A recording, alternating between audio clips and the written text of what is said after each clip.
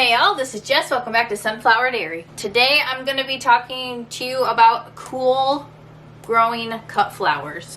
So cool growing cut flowers are cut flowers that like to be planted out before your last frost date. So these are flowers that you can plant out 4 to 6 weeks before your last frost date. If you just do like a low tunnel or a little bit of frost fabric over it, they do perfectly fine even if you're still getting frost. So that being said, we are down to crunch time because we are about 9 weeks before our last frost date, which means we need to hurry up and get a bunch of our cool weather flowers started that we have not started yet. Now we have started a bunch of cool weather cut flowers, but we still have a ton more to do. So today we're going to be just planting a whole bunch of those. So let's get started. So I have a whole bunch of Rebeca that needs to be started. I have a whole bunch of stock flowers that need to be started. I have a bunch of feverfew. I have Summer Berries Yaro or Leia White. I have a whole bunch of Snapdragons from groups 3 and 4. I also have Campanula and I have Foxglove. So let's go. Alright, so first up I'm going to be starting some Rebeca. So Rebeca is a cool winter flower. It kind of reminds you of the wild black-eyed Susans you see on the side of the road, except there's all different colors and shapes. But this is a cold hardy flower and we are going to be going ahead and starting this today. So if you're following along planting these with me, I am in zone 6. So if you kind of think about what zone you're in, I'm in zone 6 and I have about 9 weeks until my last frost date. These need to be planted out about 4 to 6 weeks before my last frost date. So if you kind of think about all of that, that will kind of help you determine when you need to start these. I already have my trays prepped and ready to go. Soils in here. I've already spritzed these, so let's go. I'm going to start with the Sahara variety. Those are just beautiful cut flowers. So this says you just need to surface sow, so we're just going to be sprinkling these right on top. Now if you're planting tons of seeds today like I am, don't forget to label. If you use just tape and a Sharpie, it makes it super easy. Alright, I'm just going to get these open up. I'm just going to go ahead and sprinkle these on top. Now when you're surface sowing, a lot of times when people have problems when they surface sow is the seeds don't make good contact with the soil. So what you can do after you've sowed your seeds is you can just go back in there, find each seed and just gently press it into the soil, and then that way you know that it's actually made contact with the soil. Because if your seed is on like a piece of bark or something, then it's not going to have good soil contact. And then after you press them in, you can just go ahead and spritz them in, and that will help them. Also with surface sowed things, sometimes the tops of your soil can dry out really quickly, which the seeds are on top, so that's where they really need that moisture. So if you just put a humidity dome, or you can do a plastic wrap, but just something to keep that humidity in until your seed actually germinates, that will help a lot. Alright, the next variety of Rebeca is the Cherokee. I'm just going to do the same exact thing we did with the other one.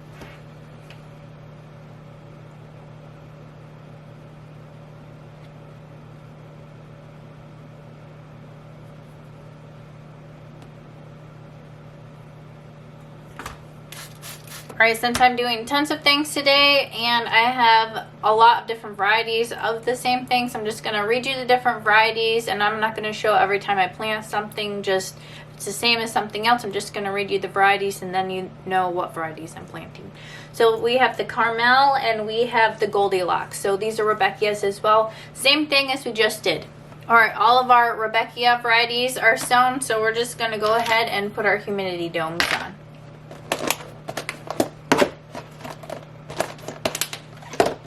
We're going to set these aside in the next variety. Alright, so I have some Foxglove. So a lot of you know Foxglove as a biennial or a perennial. Well, this Foxglove is from Johnny's, and Johnny's has a lot of cut flowers that are made especially for cut flower farmers. And these Foxglove are made to flower the first year instead of having to wait a second year for blooms. So this is a first year flowering foxglove. So I don't know if you can see the names of the varieties if that's focusing, but I have a peach and a lavender foxglove, and these are supposed to be surface sown, so we're going to go ahead and sprinkle those in our trays. So it says that these are a pelleted seed. So with pelleted seeds, usually they say you want to use those within 1 to 2 years, because when seeds are pelleted, it makes the germination go down.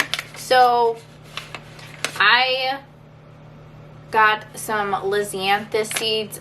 It was either 2 or 3 years ago, but I just planted them this spring, and I did still have quite a bit of germination. So I'm gonna say, if you have pelleted seeds left over from a few seasons ago, just plant them.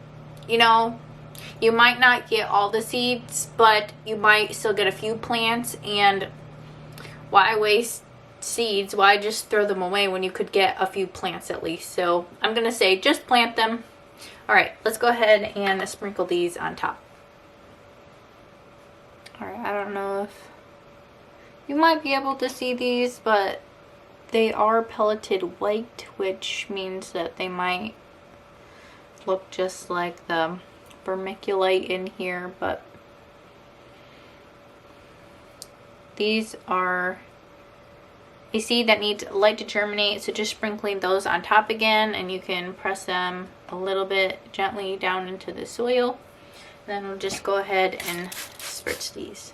So that first variety was the peach foxglove, and now this one is the lavender. Now the lavender is pelleted yellow, so you might be able to, if it focuses, they're little teeny tiny.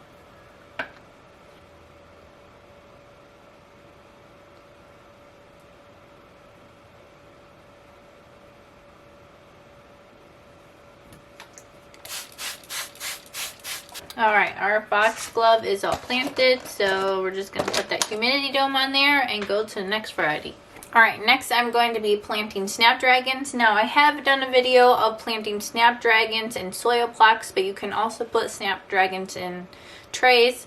Pretty much whatever works for you. I do a little bit of both, because I find sometimes my soil blocks will do better and sometimes my trays will do better. So I do a little bit of everything, so that way if for some reason one year my trays don't do well but my soil blocks do, or my soil blocks don't and my trays do, I just do a little bit of a variety. That way, depending on how the germination is on either of the different things that I do, hopefully I'll at least get some plants. So like I said before, for snapdragons, there's 4 different groups of snapdragons. There's group 1, group 2, group 3, and group 4 of snapdragons, and they all are different timing for when they grow and when they blossom, and I've done other videos on that, and you can go back and watch how I explain all about snapdragon. So for snapdragon varieties, there's the Potomac mix, there's an Ompus mix,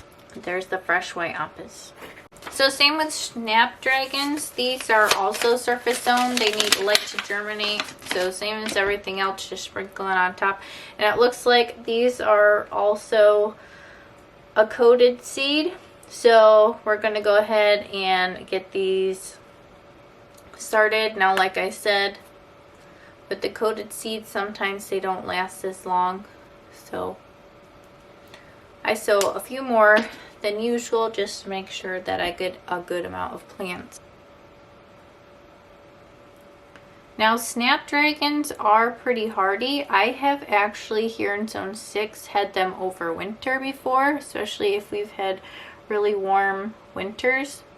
So a lot of times you could start these a lot earlier and get them planted out earlier in tunnels, and then you could overwinter them, or you could plant them in the fall and use row cover, and you could do it that way. There's several different ways that you can grow snapdragons, especially because they are so hardy. Also, like I said, there's the different groups of snapdragons. So depending on what group it is, there are groups that actually like low light and really cool temperatures. So those are the best ones for overwintering and growing in really cold seasons. So if you just look at the different varieties and you do want to overwinter snapdragons, you have lots of different options. Snapdragons are super interesting. I got these all from the same place, and some of them are coated and some of them are not. So, but when places and seed companies get their seeds, a lot of times they source them from growers, and I guess it depends on how that grower wants to preserve the seed. But see, these aren't coated. They're super teeny tiny. They look like pepper. And these just, same as everything else, get sprinkled on top and they're surface sown. All right, I have all those snaps planted in there, and this is going to get a heat dome as well. All right, next I'm starting Yaro. So Yaro is beautiful little clusters of flowers, and actually a lot of people will use this as an herb. And this is actually a perennial in my zone. So once I start this, it should keep coming back, and I shouldn't have to plant it again unless I want more. Now this also says surface sown, so we're doing lots of surface sown seeds today. Alright, so this Yaro is called Berries, which is a bunch of different pink colors. Now, a lot of people know Yaro is like a white flower that you find, but the different kinds of Yaro, there's berries, there's all different kinds of blends, but there's so many different Yaros that are beautiful. Alright, these are super tiny little seeds, so it's kind of seeing where they go, but just sprinkling those on top like everything else.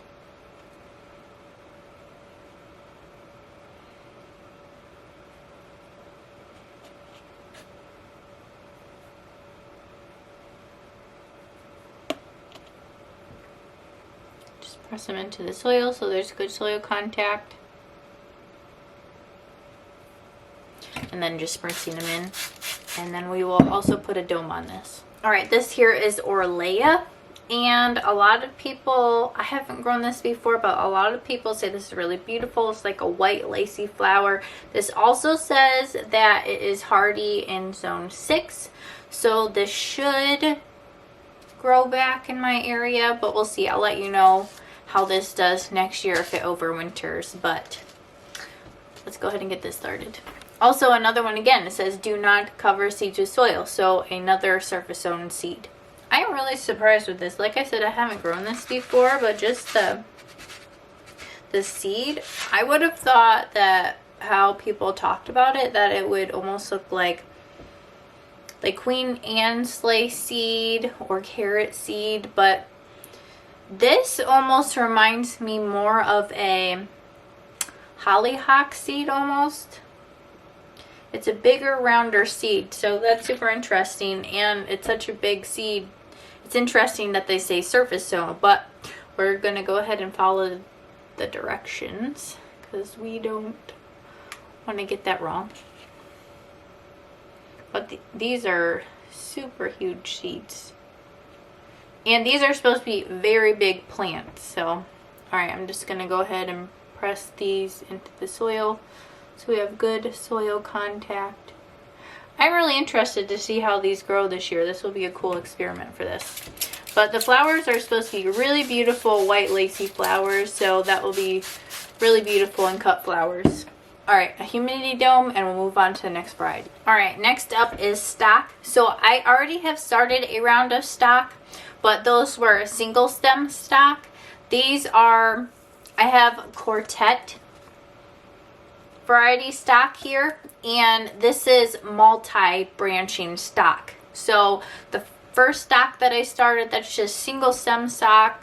So once you cut it, it's done, but with this Quartet stock, it's multi-branching. So you should be, when you cut it, getting multiple branches off of it. So it's more than one stem. So I'm going ahead and planting this. And then also, since I already started stock a few weeks ago and I'm starting this now, I should have stock blooming in different times. So that will be good for different flower bouquet timing as well.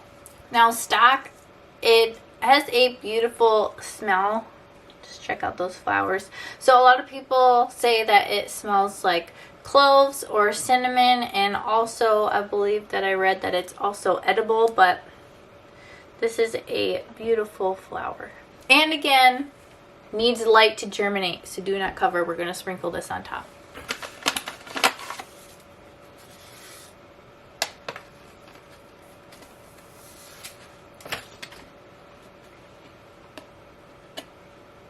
Alright, so again, just sprinkling them.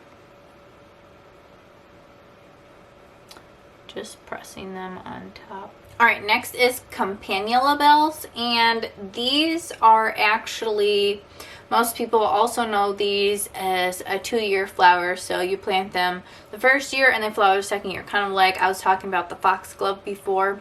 So here's a picture of a campanula that is a 2-year flower, but you get the same kind of flowers. It's just, this is a 2-year plant and this is a 1-year plant, and these are also from Johnny's. So this is the 1 year, and there's different varieties. Also, again, these require light to germinate. All right, so these varieties is a campanula pink and a campanula white. All right, and these are also the pelleted seeds. All right, we'll just spritz them in, humidity dome. Next variety. All right, next up is Feverfew, and this is a perennial in my zone. It says, I believe, hardy in zone 5, and there's several different varieties. There's Fargo, White, and Snowball. And again, this says surface sown, needs light to germinate. So pretty much, I think most of these seeds, or a majority of these seeds, are surface sown, need light to germinate. Alright, I just planted the rest of the Feverfew, and that is the last of the cool season flowers that we're planting today. I still have a few more I need to do, but that is a majority that I needed to get done today. Alright, so like I said, we have about 9 more weeks until our last frost, so these are going to go out like 4 to 6 weeks before, and these are going to be going into tunnels. Now I have high tunnels, and I know a lot of people can't have high tunnels or greenhouses where they live, so I'm actually going to be making little mini tunnels, like low tunnels over garden beds, because I want to show people that even if you don't have a high tunnel or a greenhouse, that you still can grow things in little low tunnels and in garden beds. So I'm going to be doing a little bit of that this year. All right, y'all, I want to show you all the seed containers. Cool weather flowers. Oh goodness. Thanks for coming along with me and planting cool weather flowers. Thanks for watching. Have a blessed day.